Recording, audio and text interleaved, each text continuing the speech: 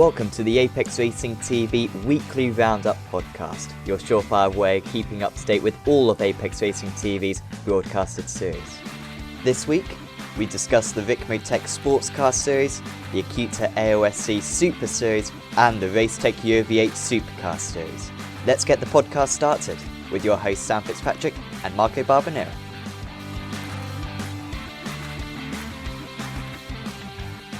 Welcome back, Marco, to the Apex Racing TV Weekly Roundup podcast. We're now into week 10 of the official series. We're quickly coming to a close of this 2020 Season 1. Still, plenty more championships to continue, however. Most of them still in their midway points on the race part, at least the ones that we're going to be talking about today. Should be a lot of fun. It should be a lot of fun, and of course we are recording on the 14th due to my unforgivable sin yesterday. So happy Valentine's Day to everyone who will be listening to this. Hopefully you had a good one. I, of course, as per usual, being a professional, I will spend in the past, I don't know, mine doing a broadcast because why not? Absolutely. I'm sure Austin Knight will be very pleased to be your Valentine's, Marco, later on in the IndyCar Championship. So we'll talk about the Ricmotech Sports Car Challenge, the UV8 Supercar Series, and the AOSC Super Series as well today. First up, I think we will talk about the Ricmotech Sports Car Series.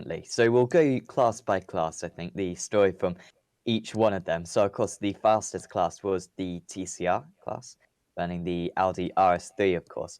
And it was a great start for Applegren. He managed to take the start from Carlisle. Around the outside, it was a very nice move. Poor start from Carlisle. I swear Applegren must have jumped it because he was ahead of Carlisle, who was on pole position the whole time. I mean, on the run up to the line, across the line. But they seemed to let him have it, so fair enough.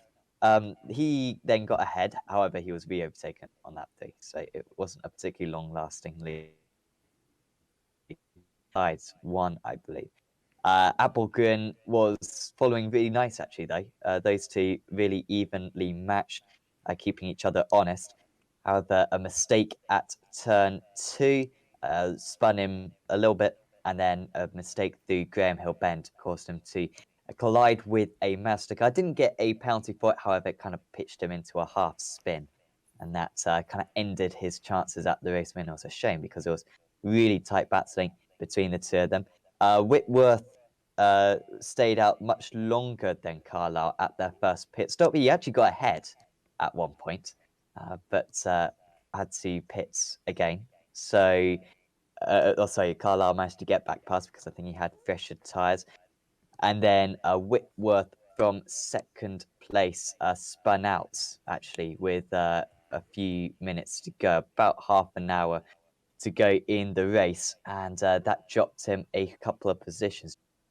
It is a very narrow racetrack, absolutely, and I'm not surprised the dynamics of the way the class interactions work, because one on paper, Sam, would think that the Mustangs are faster than the TCR cars, but they are not, and so especially these Mustangs drivers, and some of them have stuck with the car. I'm talking about, of course, our class winner Hiro Nom, of course, but Shiflet, for example, etc. They were used to being the top of the pecking order, and now they are, I would say, forced to contend with cars being faster than them. So I think in the end Carlisle got the victory because of technical issues for Applegren, of course, which is never nice, and I think that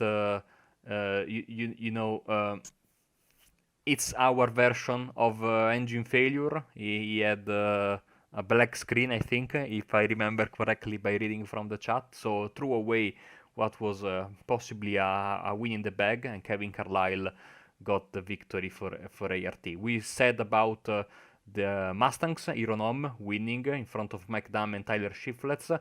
And in the MX5, it was DJ Alessandrini bringing home the race victory in the ever popular MX5 class in front of John Allen and another driver, which is very historical driver for the MX5 category, Rob Hartley. So in the end, I think they managed to get the Branzacc circuit right. Personally, I we are setting up the Italian Automobile Club official esports championship for GTs, and they put Zandvoort, Zolder, and Branzacc as the opening 3 rounds, and I said, no, guys, take them away. Great racetracks, but not the best because it's tough to overtake. And I'm afraid that if people start to get over aggressive to make the passes, then we have a bad show for the viewers. And of course, being the first season, we have to also present ourselves good to the very old, heads of the Italian Automobile Club who know nothing about simulators. And I know that I've heard that they were very surprised by how good iRacing looked in the mini championship we did in Monza, compared to Assetto Corsa, which they were not very happy with.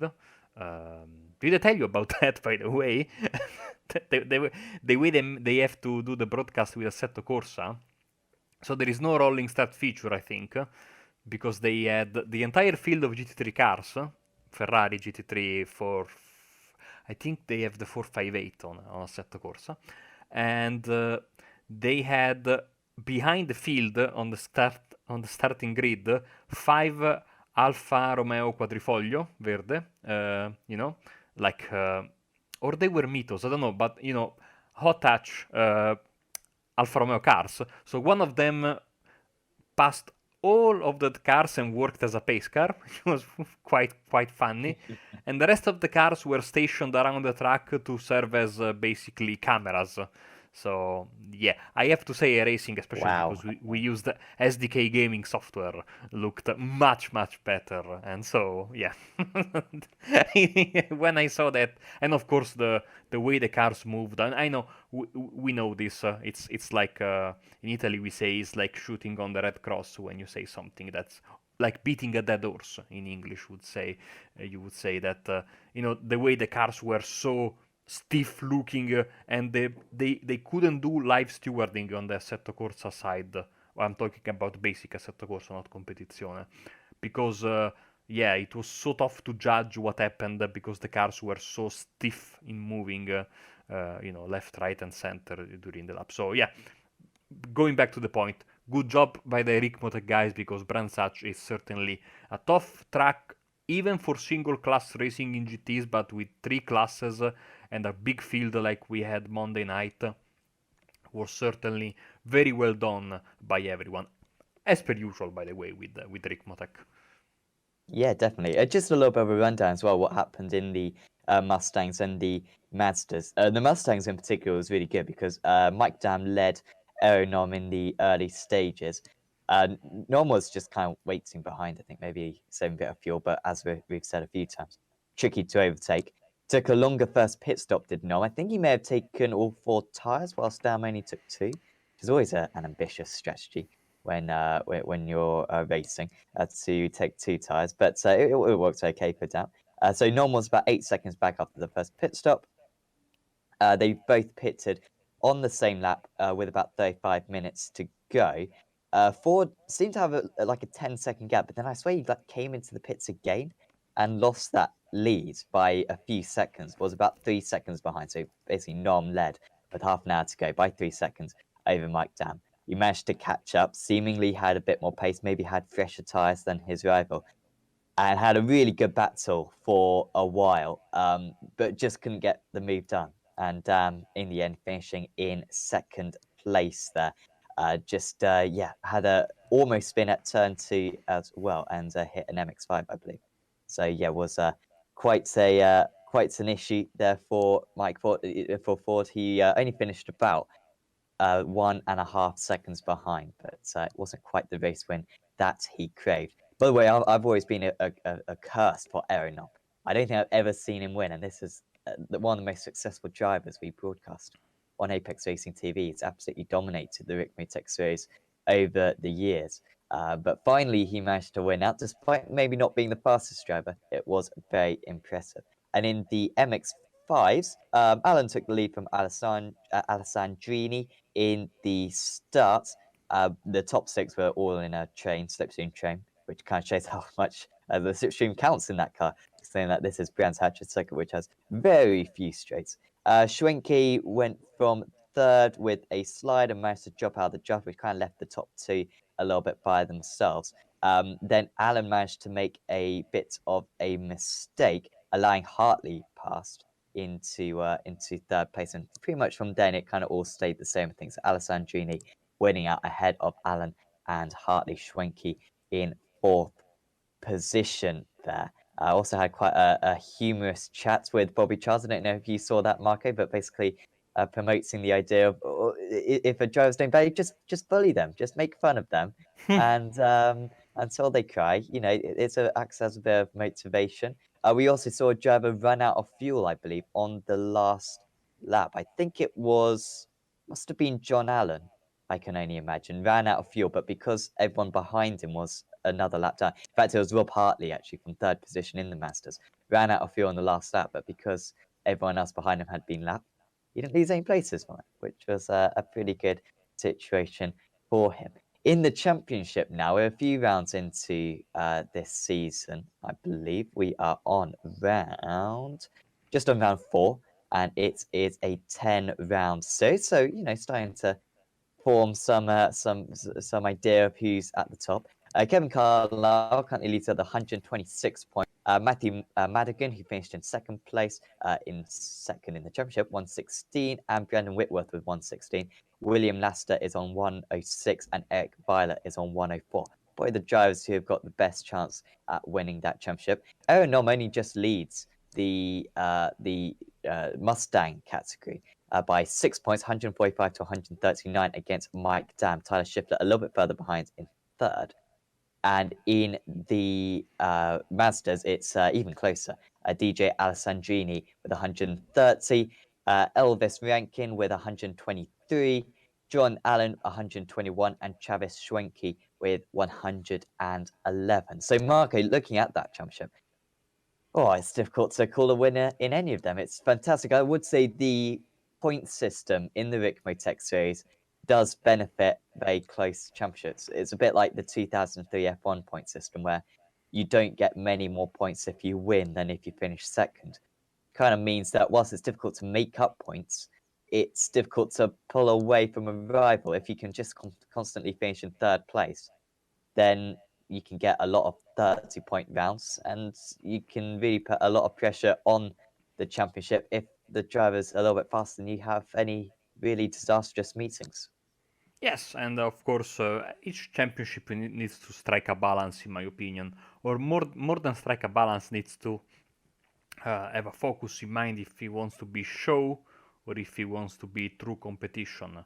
That was and is to date my main critic of F1, because they seem to have one foot in both shoes. No, they pretend to be the ultimate show, but at the same time they are also a very very monothematic championship with just a couple of cars, 3 on a good day with the chance to win, the third of course being the Ferrari.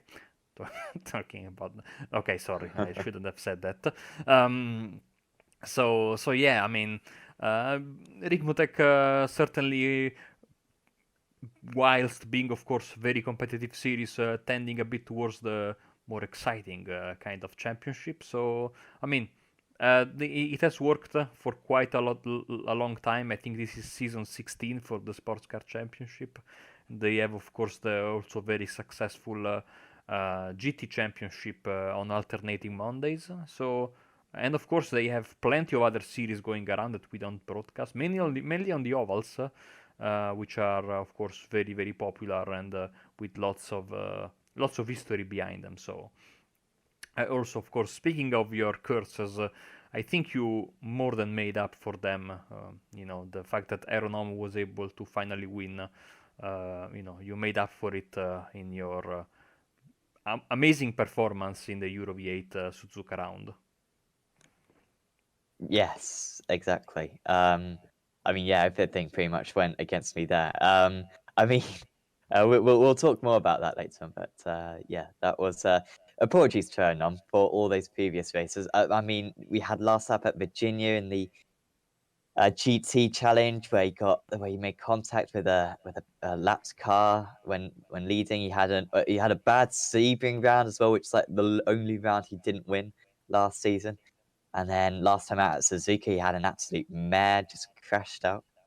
So apologies to Hernan, but finally, I think on the fourth time of asking, he's finally won in front of my eyes. And of course, next week, the sports car series won't be back. However, will have the GT challenge, which we recommend. Was really good a few weeks or 1 week ago, certainly at Suzuka. So we recommend checking that one out. And then, of course, we will have the next round of the sports car series in 2 weeks' time. And that one will be at Motegi. Yay. I don't know if it's at night or not. It doesn't say. We're not going to talk about that one. Hate that circuit. At nights, at least. It's not too bad in the day. So that's the Ricmotech sports car series. Certainly do check in on it in 2 weeks' time.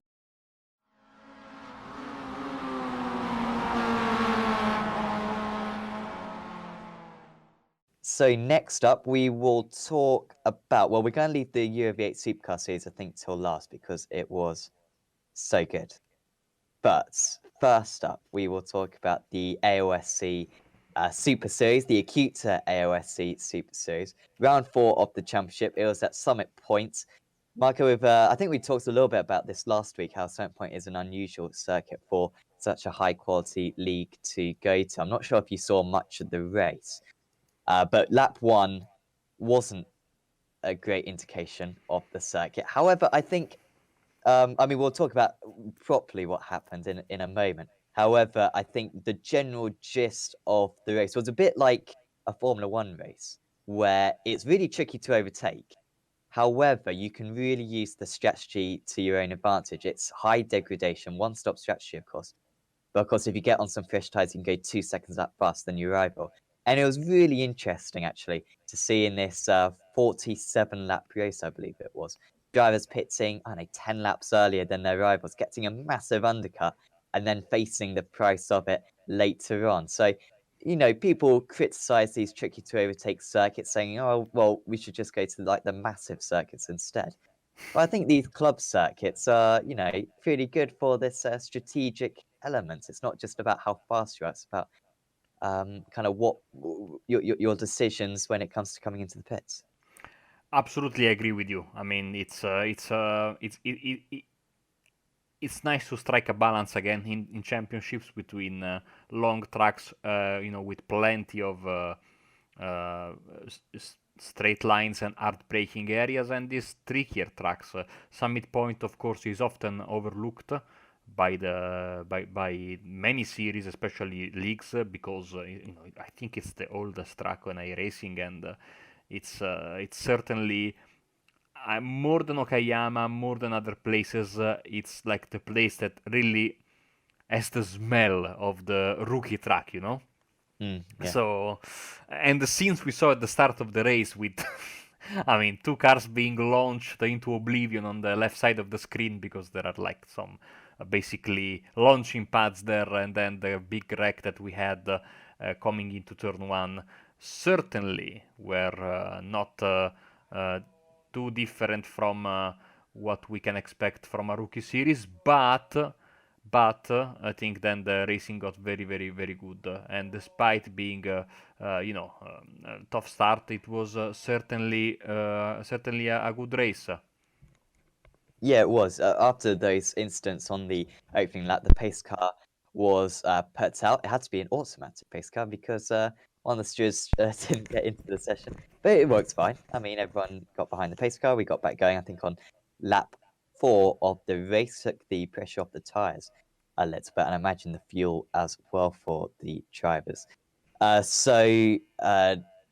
Basically, Haber got pole position for the first time in the season, I believe. James Scott has been absolutely dominating the series for a while. I mean, I think going into this round, I think he'd won something like 7 consecutive rounds going back to last season. He'd won all 3 of the rounds, of course, 2 of them team rounds as well. But even at Brands Hatch, the only solo round of the season so far, he was absolutely dominant. So, was certainly the guy to beat. Only managed to qualify in 3rd position. Hayward took pole. Gilliam was alongside him on the front row of the grid. Of course, we had that mess at the start, but pretty much the top 3 staying in the same order. There wasn't too much of a change.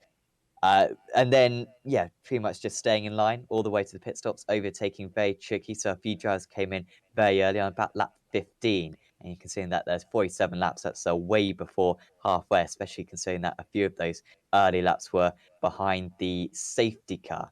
And yeah, it's worked out all right for those guys. It wasn't perfect, but it managed to get them a few positions. I think particularly Lutherweight or Postlewaite getting quite a few places up into 4th. It was Haber, the first driver to come into the pits. Then it was Scott. Then it was Gilliam. Scott, with the warmed up tyres, managed to overtake Gilliam a few laps after their pit stops, managed to move up into 2nd position, which he was obviously very pleased about, and couldn't catch up Harley Haber, though, in the closing stages. So it pretty much just finished like that. Haber winning out, Scott in 2nd place, boosting his championship lead, of course, and Gilliam with a very impressive 3rd position. But yeah, it's been a really tight championship so far, Marco. Of course, a couple of team rounds, a couple of individual rounds. It's fantastic that this series is now on Apex Racing TV, and it kind of shows how this V8 Supercar, despite not necessarily being the most used, particularly in the official series, really is one of the best race cars in all of iRacing. I mean, yes, especially considering what we are going to tell and talk about a bit later. Also, I made my appearance in the broadcast around lap 35, I think, coming back from the gym, if I'm not mistaken, and so I watched the final few laps. But yeah, I mean. I have to say I love the graphics package. That the guys have set up, the way the cars show on the screen, unique color scheme. I have to say that I've heard that there have been initially some, maybe because of some because maybe the drivers and the viewers were used to another broadcaster streaming the series.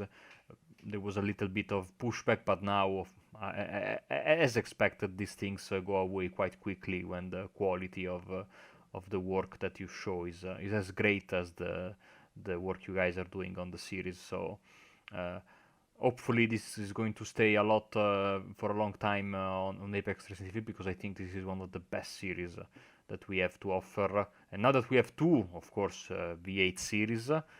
We have one for Europe and one for Australia and New Zealand. So, I mean, we are only missing an American one, basically, and then we have all time zones covered.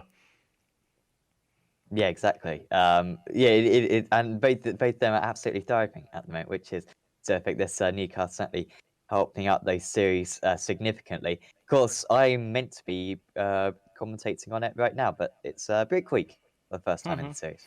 But next week we head to Mosport. Going to have to do a camera pack for that place. By the way, anyone who watched the Summit Point broadcast would have seen the Pepsi logos all around. There was a Pepsi.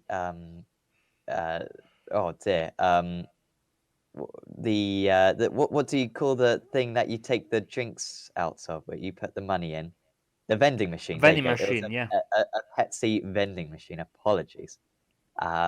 Which was just there. I had to put a scenic cam on it. So if you do watch the broadcast, you'll see plenty of that, along with other branding elsewhere. Always fun doing the scenic cameras, because you do see some weird stuff that iRacing has modelled into the surrounding track.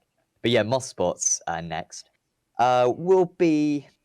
I'm really a big fan of this schedule. I mean, to have Brands Hatch, Summit Point, Motorsports, Oran Park, and Montreal is a pretty incredible. But Mosport will be another short circuit, another circuit which isn't used necessarily a whole lot on the international stage. However, I think it's one that the drivers will actually have quite a lot of experience around, and it's a circuit which is quite satisfying to set laps in. It's one of the most nice circuits, I think, to just practice rounds all week long. Mosport is beautiful. Not only the track where I made my official sim racing debut many years ago, 2002 it was, but also a track that, like I say, has never changed much to those old days, because that was Grand Prix Legends, and of course it was the track as it was in the 60s, and didn't change, I think, basically at all, and it's one of the toughest tracks around. Short, tricky, but also with passing opportunities, but you need to work for them. And of course, like I say every time, thankfully we still have the old scan, because the new scan added some tarmac runoff areas that ruin a couple of the corners, making them much less tricky than they are at time, especially the first downhill left-hander, where in iRacing, if you go a bit too wide, you go on the grass, and especially with the new tire model now, you are not coming back. There's a nice date, since it's the 14th of February today, a nice date with a tire barrier there. So great to have still the old version. Hopefully they never update it unless something drastically changes with the racetrack. Yeah, that's of all the circuits to update, that's one of the less necessary one. Watkins Glen would be all right, but then again, do we really need the tarmac runoff areas? It's questionable. It is a fantastic test, and yeah, Mosport will be challenging circuit for the drivers. Another 150-kilometer race, and we'll have another break week, then Oran Park. But 12-week season, this AOSC Super Series, so 16-month season, apologies. So we'll go on all the way till May. Certainly recommend tuning in for it. That will be next Friday at 10 GMT.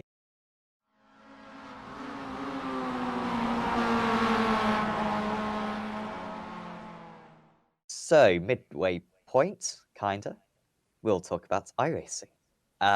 Couple of announcements. First off, Marco, you were explaining this to me because clearly I've had my head in the sand in the past week when it comes to the qualifying gate, as you called it earlier on.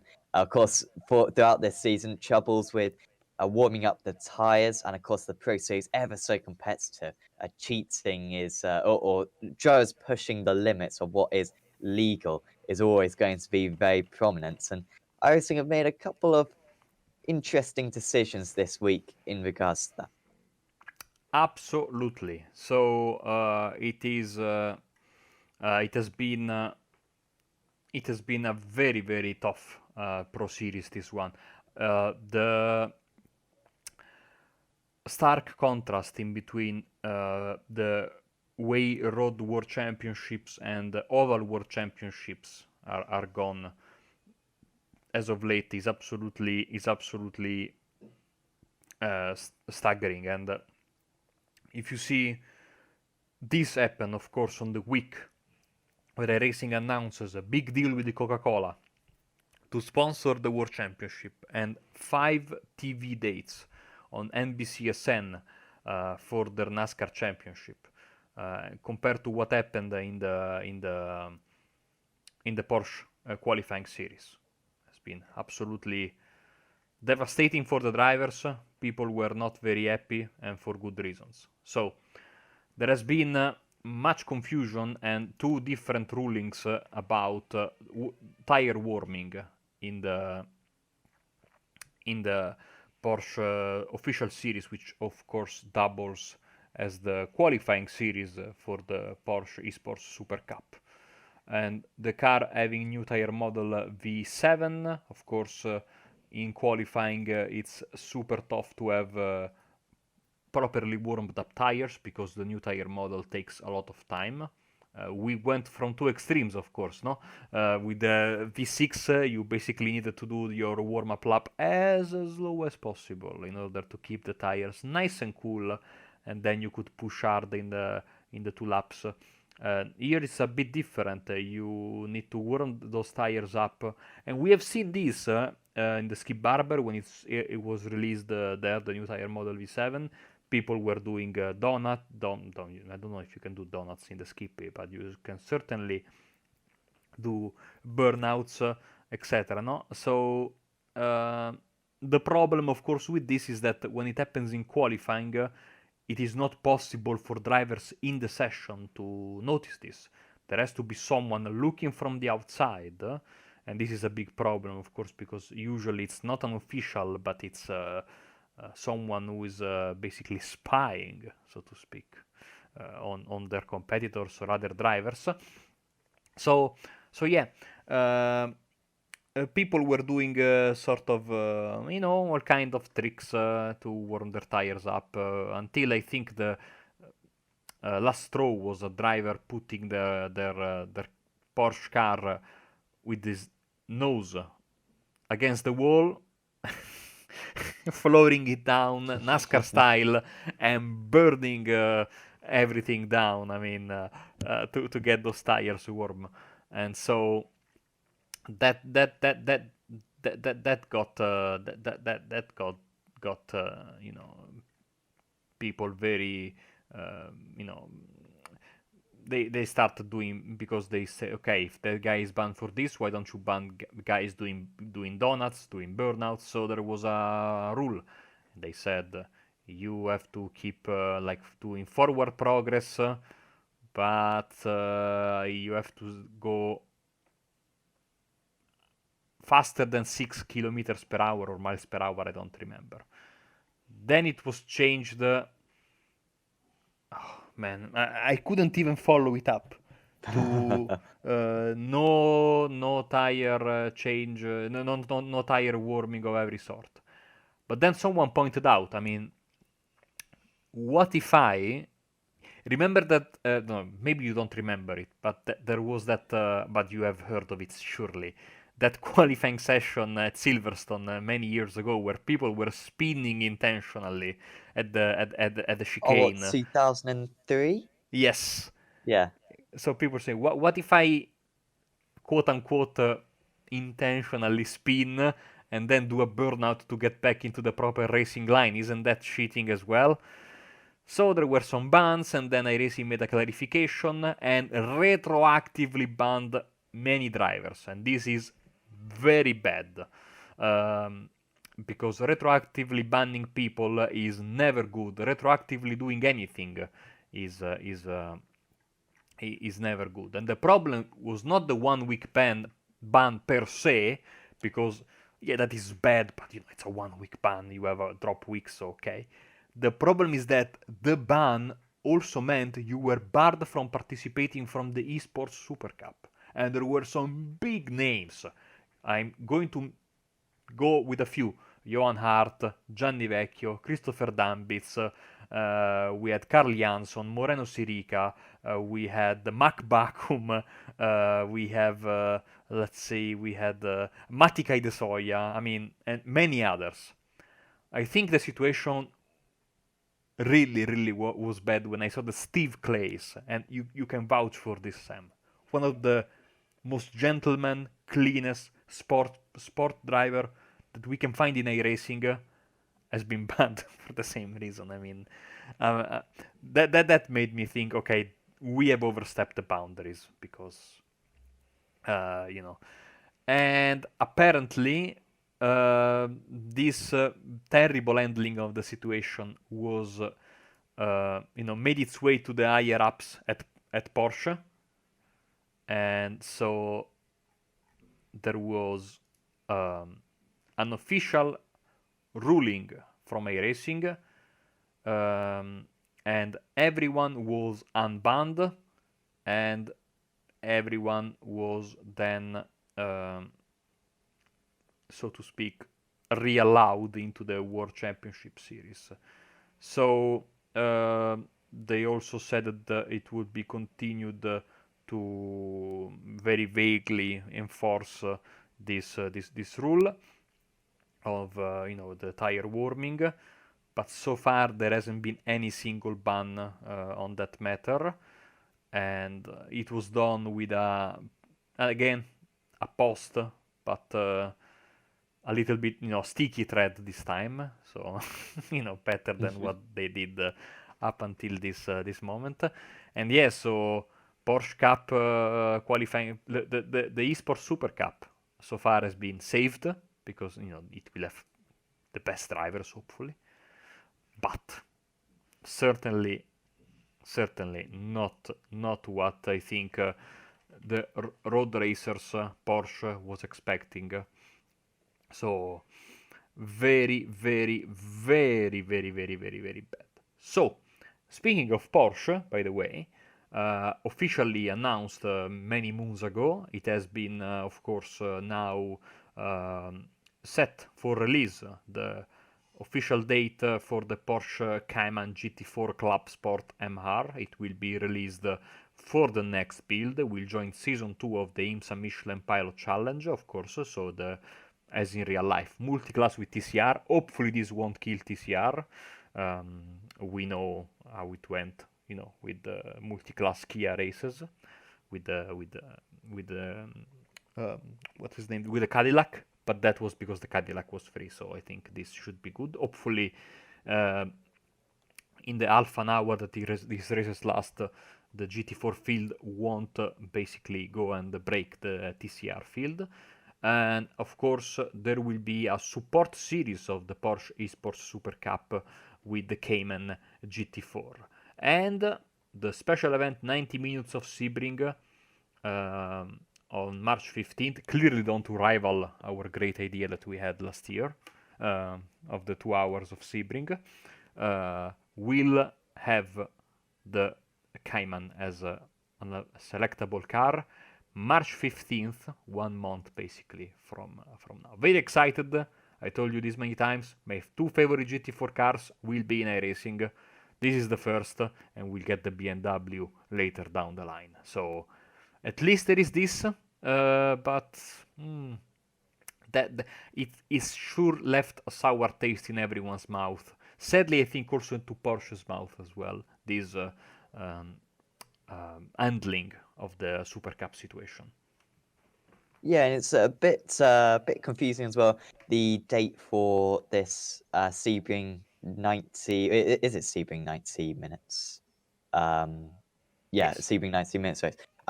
Day after the 12 hours. So I know. I Okay. feel like a lot of people aren't going to be able to do a lot of practice for Our event is safe then. yes.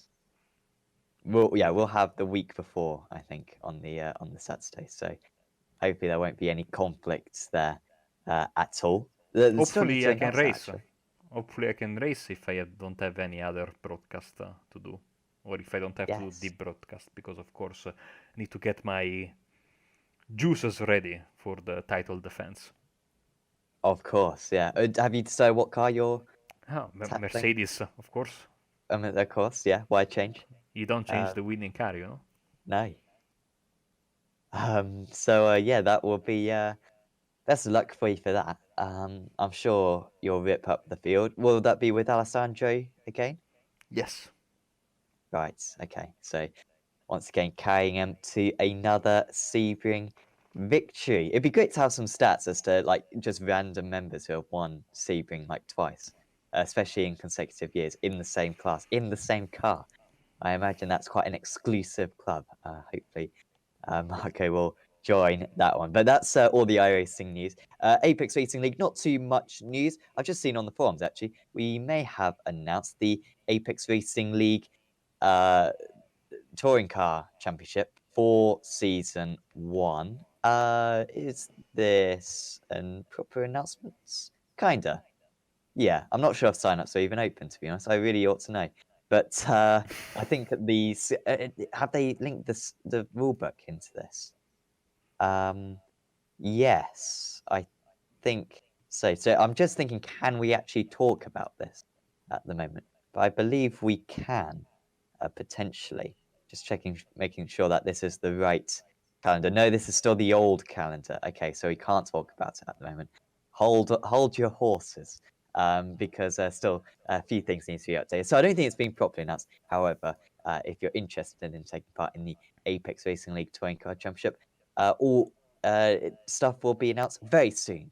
With that, should be getting underway properly in a few weeks' time.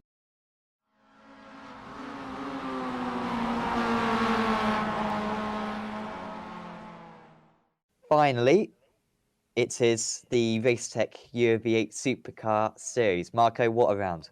What a round! A few times we have classics like this. I think last season Belle Isle personally was my favourite round. I think we had Guy Croft who managed to win his first ever race, and it's in a feature race as well, which was very good. And we had actually Suzuka a few seasons ago as well, season 4, which was a superb round. Phillip Highland, I remember season 5. That was a good round. We've had some good rounds. This one of the best. So race 1, we'll talk about race 1, then we'll go on to race 2 later on. But Nicole Foggy put it on pole position by I think it was about a tenth or two ahead of Johnny Brendan, 2 XVR drivers. The last 3 championships have been shared among the 2 of them. Brendan, though, managed to get past Nicole Foggy, which was a rare feat. Not usually does Foggy get overtaken in any car, let's alone the V8 supercar. George McClay was getting pretty close to them, had good tyre life, Vortex Sense Fitstone Motorsport. Foggy and Brandon, though, made contact going into turn 1. So Brandon, of course, previously getting past. Foggy trying to get back past, going into turn 1. Little bit of contact between the 2 of them. Brandon actually went into the wall. It was the last update, so they could still nurse their cars round. And Foggy slowed down, letting past McClay, letting past Brandon. And it allowed George McClay to get his second race victory of the season.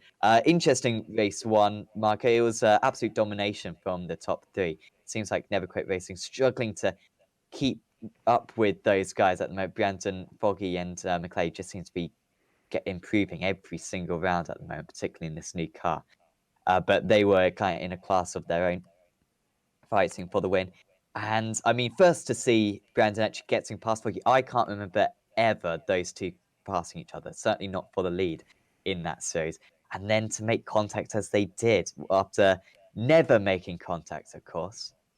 They did make contact for once, and it cost them a 1-2.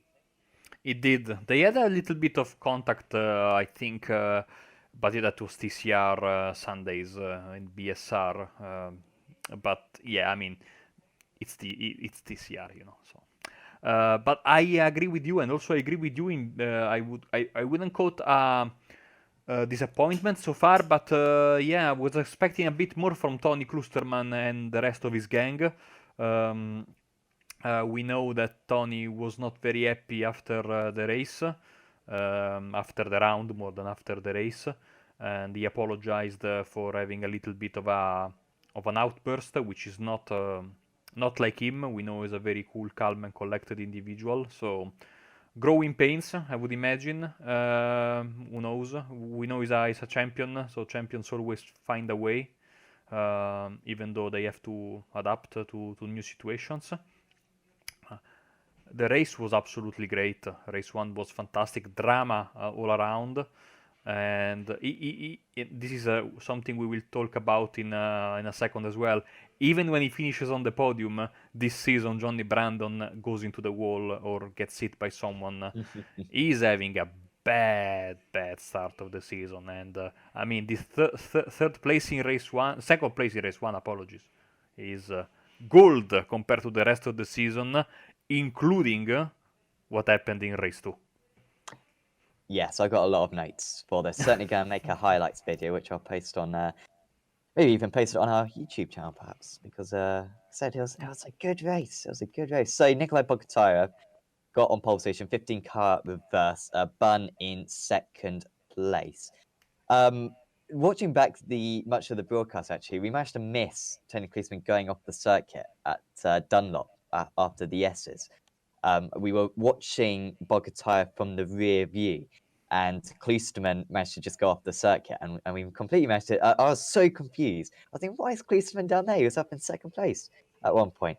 So he managed to go off the circuit. However, it was everything that was going on behind, which was the real talking point. McKnight spun, going through Dunlop, and everyone crashed into the walls and him. Lots of damage, and yeah, was not particularly good. Didn't need the safety car or anything, but was a lot of damage for the Jazz because they do get a faster pair. However, yeah, wasn't the best situation for them. Then lap 2, that was all lap 1. So lap 2, corner 1. Apology, no, still on lap 1. Foggy was hit by Frost, who managed to get on the grass and absolutely smashed into him. Unlucky for Michael Frost. Really unlucky for Nicole Foggy there, because he had actually a pretty nice start. So Bogotayev ran wide into turn 1. This was on lap 2. Bunn was going to take the lead. However, he managed to follow him and do worse as well, and managed to go off into, I don't know, Fiji, and just managed to crash into the wall. Had a chance of taking the lead. Klusman was back up to second place despite having an off himself, and so that was not good for Bunn. Then Brandon was having a really good race. He was up into 5th position. He then collided with Klosterman and needed repairs, and then he had another off and retired for the race. And then George McClay was pretty much the only front runner who was having a clean race, because Klosterman had a bit of damage, I think, and had been involved in a couple of collisions. So McClay was making his way up, and then he managed to collide with Alsop. He was fiercely defending P3 and managed to collide with Alsop. Then Namela pitted about 20 minutes into the race. Warmingham managed to move ahead 1 lap later with a very short pit stop, and managed to resist an attack from Namela to keep the lead. And Marco, a good moment to, I think, stop the race. This was about halfway through. Warmingham in the lead, never won a race in the series. It looked all so good for him. Managed to hold off the attack from Namela, pulling away. He was 9 seconds ahead of George McClay, but it wasn't meant to be. It was not meant to be. I mean, we had a big chance during the race. 2-3 drivers who have never won a race could have gotten their first win, but that didn't happen in the end. So, but there was drama and tension all around, and then Birmingham, I think, had to stop again, and then couldn't finish the race in the end, if I'm not mistaken. So that was a terrible day for XVR. I mean, yeah, of course, second and third in race 1, but on paper looks great. But if, of course, watching the races, you know that they had 1-2 in the bag, and then they collided. So yeah, not even the happy moments for XVR today were not good. In the end, I think only Steve Lavelli was the only surviving XVR car on the field, and Lavelli had a false start. In race 2, he had to pull off the grid. Of course, yeah. Like straight away, and he was very nice in doing so. He could have just gone and continued, but I think he didn't want to have the risk of getting into someone while still, of course, having to serve a penalty. So he moved to the side and basically went to do his repairs. Chris Jackson crashed towards the end, went wide at the Degners. It was a very... Oh, of course, did we talk about the fight between, I think it was McKnight and Buzin, if I'm not mistaken. They had a couple of rounds. They had 2 rounds. Round 3 was not contested thanks to cooler heads that prevailed. This race had basically everything. This race too was a classic. It was a nice finish in the sunset, and at the very least we had a first, given that it was the first clean sweep for George McClay in his Euro V8 career. Winning race 1, winning race 2. He was certainly the best driver. Nurmela second, Klosterman third, and Jackson fourth. but still very far behind. Of course, Klusterman colliding with, like you said, with Johnny Brandon, so losing a lot of time. Good signs from NQR in the second race. Very good signs from Nurmela. In the by the way, all the Finnish drivers who have interviewed, and of course we have our resident expert of Finland, Sam Kumo, on our team on Apex Racing TV. I think Marco is the closest to Kimi Raikkonen that you can get. He was so unenthusiastic about the race.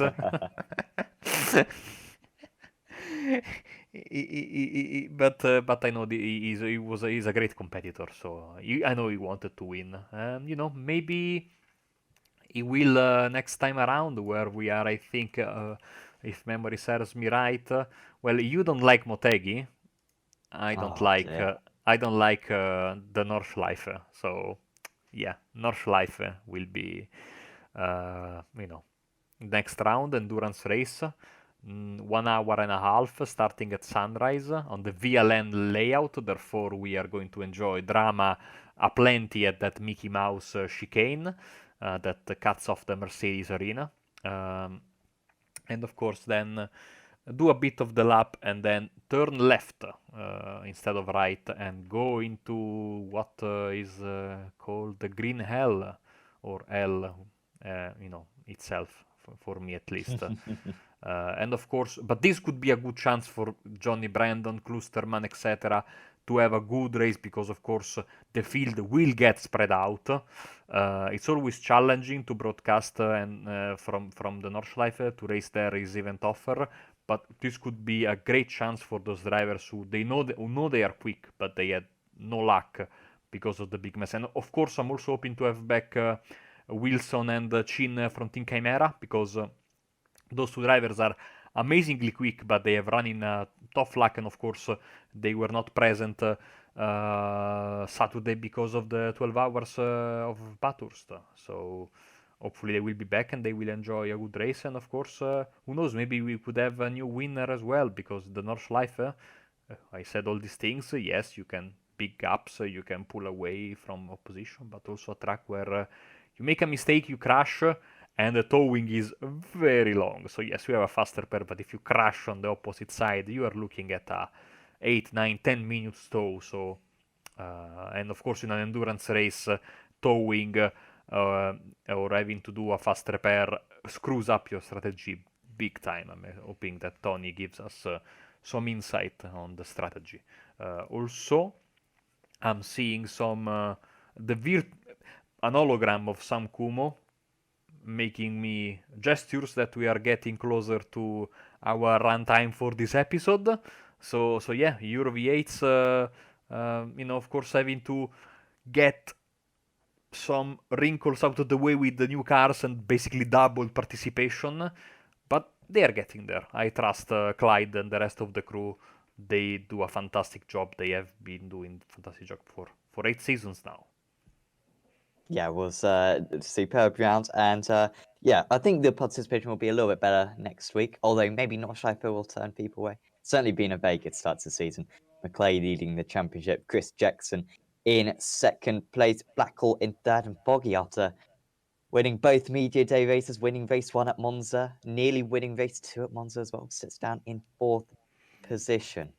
Still plenty of opportunities to change. Klusterman down in 9th at the moment. I mean, Brandon's outside the top 20s. 19th at the moment is Johnny Brandon. Absolutely awful start to the season for him. However, plenty of time to bring it back. You can see the next round of the Racetech Euro V8 Supercar Series on the 22nd of February at 18:15 GMT.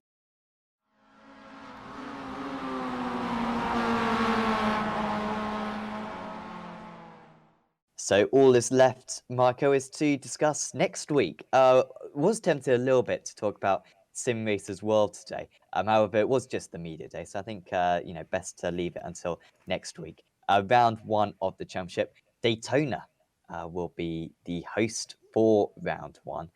A circuit that's we've done a lot of races around. We've said on Wednesday though, of all the series to visit Daytona, I think any other series would be bored to death of it. But seeing that it is the Sim Racers World round 1, we're still looking forward to it. Really good media day from last week, and I think whilst Martin Van Liesnot is definitely the favourite, maybe a couple of signs that that he could be challenged. He was certainly challenged last media day when we last went to Daytona in that series. Yeah, I got my enthusiasm back for that round straight away, of course. I just remember that it will be our first Daytona race where you can introduce me as a Daytona Majors dual winner. So Of course.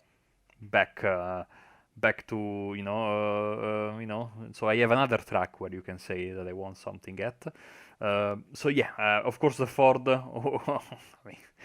We'll talk more about that next week, but he's put himself in a bit of a challenge, but he answered brilliantly the first time, of course, in media day.